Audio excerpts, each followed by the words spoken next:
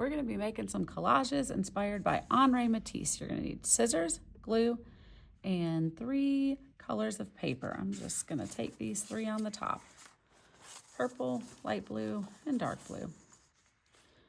Now we're going to be cutting and then arranging and then gluing. Now we're going to practice some cutting skills, and we're going to start with something silly. We're going to take our glue and put it under our armpit, the same side of our body that holds the scissors. So I hold scissors with my right hand, so I put my glue under my right armpit. And this is going to help me keep my arm close to my body, which is where it should be. You don't want to lift your arm up and twist and turn when you cut. Sometimes that is tempting and it seems like it might be easier, but that is not the correct way. So I've got my glue under my armpit and I've got my thumb on top. I am ready to chop, chop, chop. I also want to make sure my scissors stay pointing forward and that I'm always using 2 hands, one hand on the scissors and the other one holding the paper. So my task is I'm going to cut 3 wiggly shapes from each of my colors. So I'm going to start with blue, and I'm going to start moving my line and wiggling it. So nothing is straight, but I'm trying to keep my scissors pointing straight forward, and I'm using my other hand to turn the paper. Opening big, chopping down, turning the paper. Now if I cut off the edge and I have this straight here, I want to get rid of that straight line, so I'm going to cut around it. So there's one shape. I need 2 more. And I want to try to make use of all my paper, so I'm cutting my shapes pretty big. If I cut tiny shapes, I could get like 50 or 100, but we want just 3, and we don't want to waste the paper, so we're cutting pretty big shapes. 1, 2, I need 1 more wiggly shape out of the blue.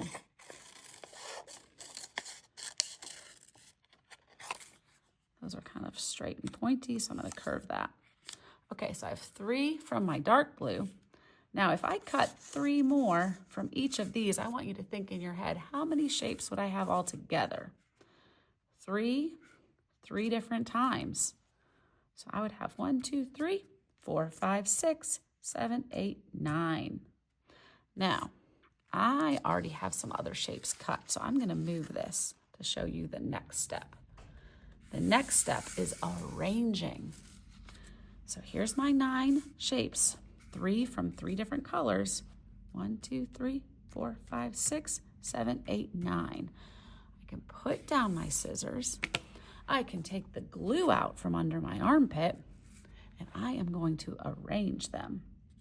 So arrange means to decide how it should look. Move them around and decide with my artist brain what I want this to look like. How do I want to move things around and arrange it? I don't think I want all the same colors together. I want to spread them around for balance. That's the choice I'm making. You can decide. And you can decide if you want them to touch or overlap, or maybe you don't want them to touch at all and you want negative space between. The white paper is our negative space in this picture.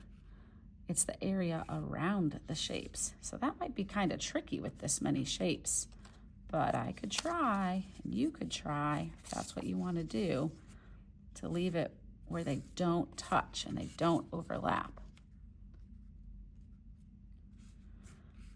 But I think I want some to overlap, so I want this to go here, and maybe this one on top of that. Well, maybe I want that there. So you can keep moving it and thinking about what you think looks the best. And once you decide on something, it's going to be time to start gluing. I'm going to do some good practice with glue too. Glue can be messy if you don't use it the right way. And this is kind of tricky, especially if some are overlapping or on top of each other. Okay, so Mr. Glue, we have some tricks with Mr. Glue. I know he's closed because the orange piece is touching the white piece and there's this white dot right here. That's not glue. That's plastic holding the glue in there that keeps it from coming out of the hole. So if I use my pinchers and twist this, it opens up the hole and now glue is ready to come out. I use my pinchers a lot with glue.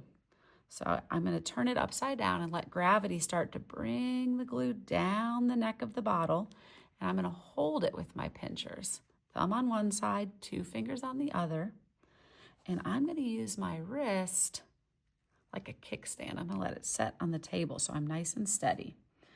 And I have to decide, how do I glue this? What do I do first? I think I'm going to glue the blue one to the green one first.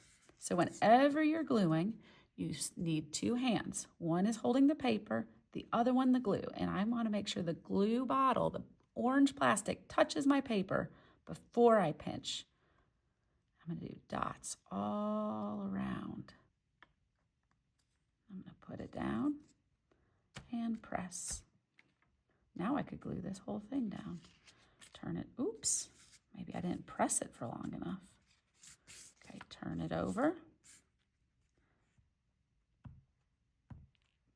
Can you hear my glue? The plastic is touching the paper. I'm not even having to squeeze. When I'm touching it, it's just coming out. Turn it over. Press it down. Now, this is kind of tricky because one is on top of the other. So I think I need to slide the purple shape over and work on this guy. Now remember, I got to flip it over. I've got to put the glue on the part that's going to touch the white paper. I'm going to turn it over, holding the glue with my pinchers. Dots all the way around my edges. And then turn it back over and press it down. Now, if I press it down and glue is oozing out of the sides, that means too much glue was used. So, all right, that's going to go there. I'm going to turn it over. Holding it, thumb, 2 fingers, wrist on the table, glue tip to the paper, dots all the way around.